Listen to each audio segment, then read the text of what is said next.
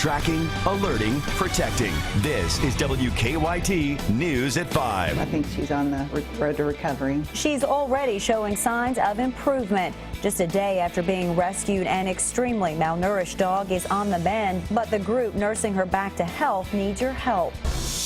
Police in Somerset are calling it organized retail crime, and it has resulted in 5 gas station food marts being shut down in Somerset.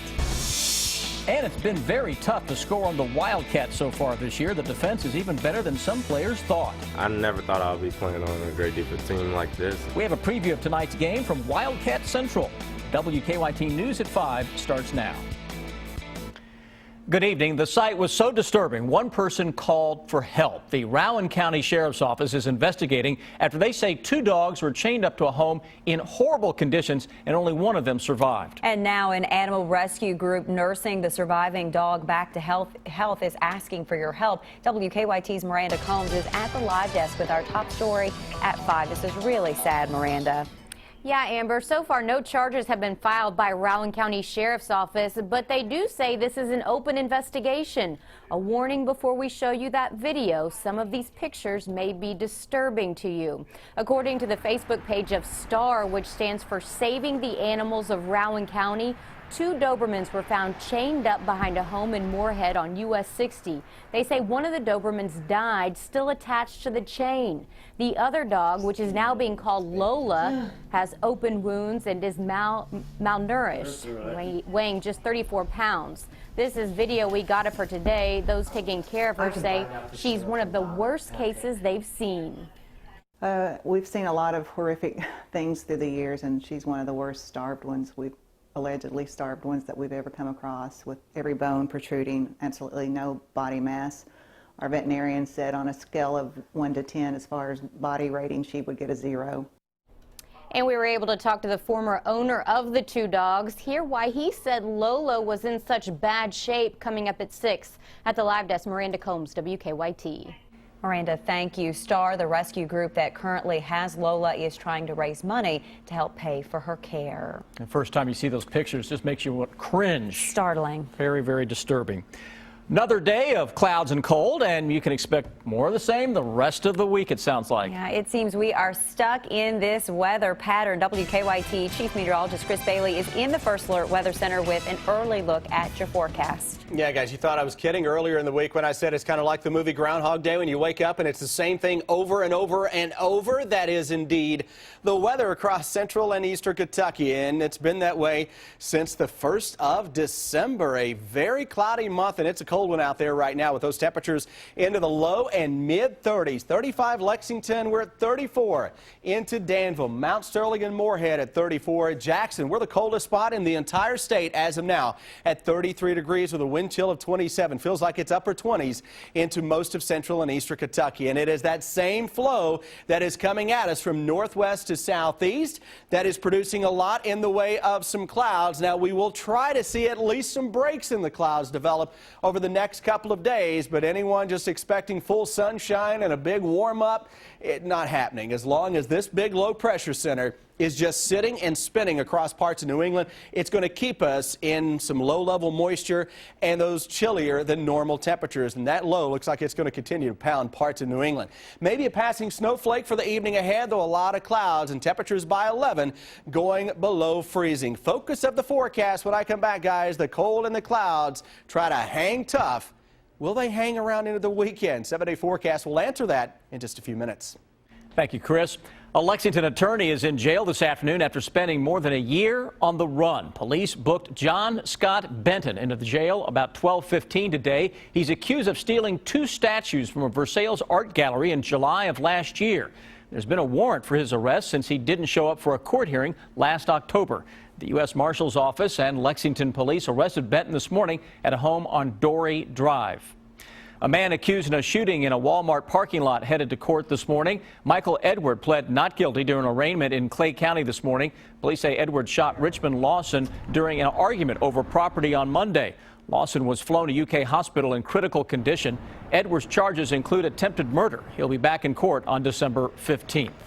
Police have arrested 4 people after finding a home with a meth lab and 2 children inside. Our county-by-county coverage begins in Whitley County. Police say an anonymous tip led them to the discovery on Watts Creek Road early this morning. Tricia Rogers, Philip Lee, Kelly Rogers, and Roy Rogers all face drug and endangerment charges. The children were put in protective custody and taken to the hospital to be checked out.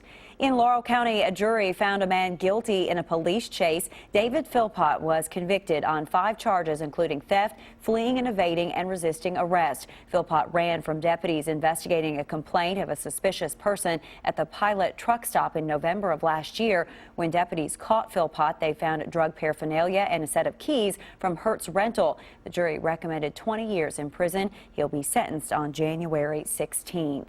And a couple has filed a lawsuit against the wife of a man accused of placing a hidden camera in their bathroom.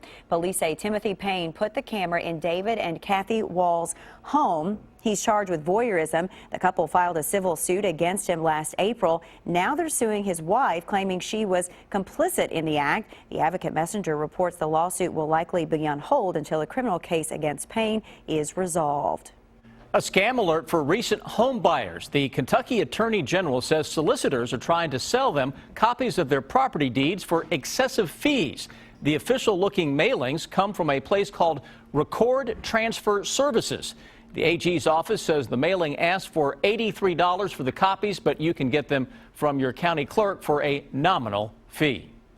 The Wildcats returning to Rupp tonight for a matchup out of the Ivy League. UK has not lost a game so far this regular season. WKYT's Rob Bromley is live for us at Wildcat Central with a preview. Hi, Rob.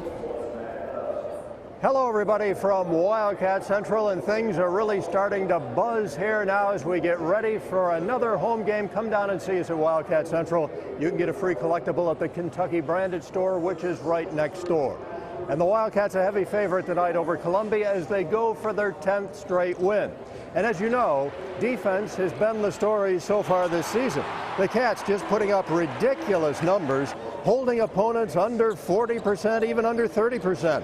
Dominic Hawkins played on a pretty good team last year, but he never thought he'd play on a defensive team like this. Not at all.